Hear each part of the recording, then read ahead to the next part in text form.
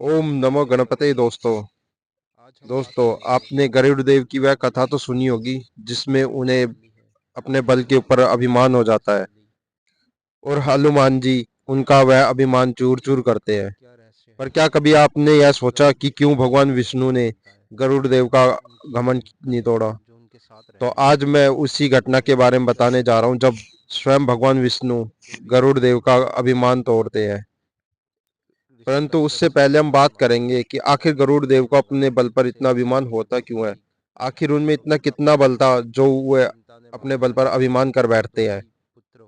गरुड़ देव में कितना बल था, इसके लिए एक कथा महाभारत में है जिसमें उनका युद्ध इंद्रदेव से होता है और गरुड़ देव इंद्रदेव समेत सभी देवता जितने भी वहां मौजूद होते हैं सबको पल भर में बिना ज्यादा परिश्रम किए परास्त कर देते हैं और वहां से अमृत लेकर लौटते हैं। जिस समय वह अमृत लेकर लौट रहे होते हैं, इंद्रदेव दोबारा उनके सामने आते हैं और अपने सबसे शक्तिशाली अस्त्र जो उनका वज्र है उससे उन पर प्रहार करते हैं। लेकिन उस वज्र का ज्यादा कोई असर उन पर होता नहीं है। परंतु गरुड़ देव जिन यह कहकर कि जिनकी ये अस्थि है मैं उनका सम्मान करता हूँ और उसी सम्मान में अपना एक पंख का छोटा सा भाग गिरा देते हैं।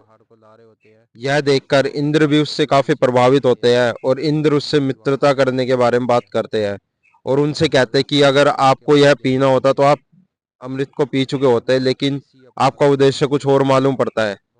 तब वह वो अपनी सारी कथा बताते हैं कि यह मुझे धरती पर ले जाना है ताकि मैं अपनी माता को मुक्त करा सकूं। उसके बाद इंद्रदेव उनसे पूछते हैं कि हे देव, आपके अंदर कितना बल है? तो उस पर गरुड़ देव बताते हैं कि मेरे अंदर इतना बल है जितना कि मैं अगर धरती पर जितने भी चराचर प्राणी हैं उन सभी को अपनी पीठ पर बैठाकर मैं बिना कुछ ज्यादा परिश्रम करे आराम से उड़ सकता हूँ। तो इससे उनके बल का पता चलता है। इस घटना के बाद ही वे भगवान विष्णु से मिलते हैं और भगवान विष्णु का वाहन बनते हैं। लेकिन एक दिन गरुड़ देव कुछ इस प्रकार सोचते हैं कि मैं भगवान विष्णु जिनमें इतना बल है, जो इस सृष्टि में सर्वशक्तिशाली है, उनको भी लेकर उड़ सकता हूँ, तो इसका मतलब मेरे अंदर बहुत ज्यादा बल होगा। भगवान विष्णु गरुड़ के इस भाव को पढ़ लेते हैं और उन्हें सबक सिखाने के बारे में सोचने लगते हैं। तभी वह अपना हाथ गरुड़ के ऊपर रखते हैं और गरुड़ नीचे गिरने लगते हैं। गरुड़ से भगवान के हाथ का भार भी नहीं संभाला जा रहा था। इससे वह भगवान विष्णु से प्रार्थना करने लगते हैं।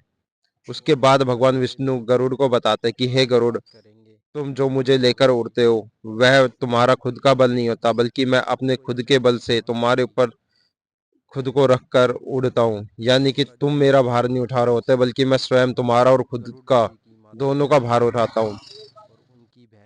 और इसके बाद गरुड़ को अपनी गलती का एहसास होता है और वो भगवान से क्षमा मांगते हैं। लेकिन इसके बाद भी फिर आगे चलकर गरुड़ को दोबारा अपने ऊपर अहंकार हो जाता है, जिसके बाद भगवान श्री कृष्ण के रूप में भगवान विष्णु हनुमान जी के हाथों उसका दोबारा घमंड उतरवाते हैं। अब इसकी भी बहुत ज्यादा कहानियां है, पर उसमें सबसे बड़ी कहानी ये है कि आपने देखा होगा कि जब हनुमान जी के ऊपर वज्र का प्रहार होता है तो वो नीचे गिर जाते हैं, लेकिन गरुड़ के ऊपर वही वज्र का जब प्रहार होता है तो उन पे कोई असर नहीं होता। तो हो सकता है इसी बात के पीछे गरुड़ को लगता हो कि मैं हनुमान जी से भी ज्यादा शक्तिशाली हूँ, इसीलिए वह उनसे सबसे पहले बाहुबल से युद्ध करते हैं, उनके साथ जबरदस्ती उनको लाने के लिए करते हैं। उसके बाद जब वो बाहुबल में भी उससे हार जाते हैं तो फिर भी उनका घमंड कुछ रह जाता है कि हो सकता है हनुमान जी मुझसे बाहुबल में ज्यादा हो, लेकिन गति के मामले में तो मैं ही सबसे तेज हूँ। क्योंकि ऐसा माना जाता है कि अगर दुनिया में कोई सबसे तेज है तो वो गरुड़ ही है। इसीलिए वो सोचते हैं कि गति में तो मेरा कोई मुकाबला ही नहीं कर सकता। इसीलिए जब श्री कृष्ण को यह भाव पता चलता है तो उन्हें समझ में आ जाता है कि गरुड़ का यह घमंड भी तोड़वाना पड़ेगा।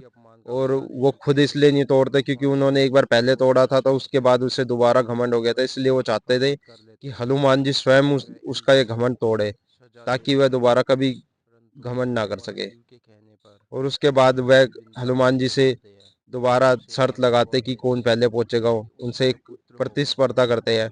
और उसके बाद जब वो देखते हैं कि हनुमान जी उससे बहुत ज्यादा तेज है तो वह सच में शर्मिंदा होते हैं और अपनी गलती मानते हैं और वह समझ जाते हैं कि हाँ, कि मुझसे भी कोई ज़्यादा अधिक शक्तिशाली है।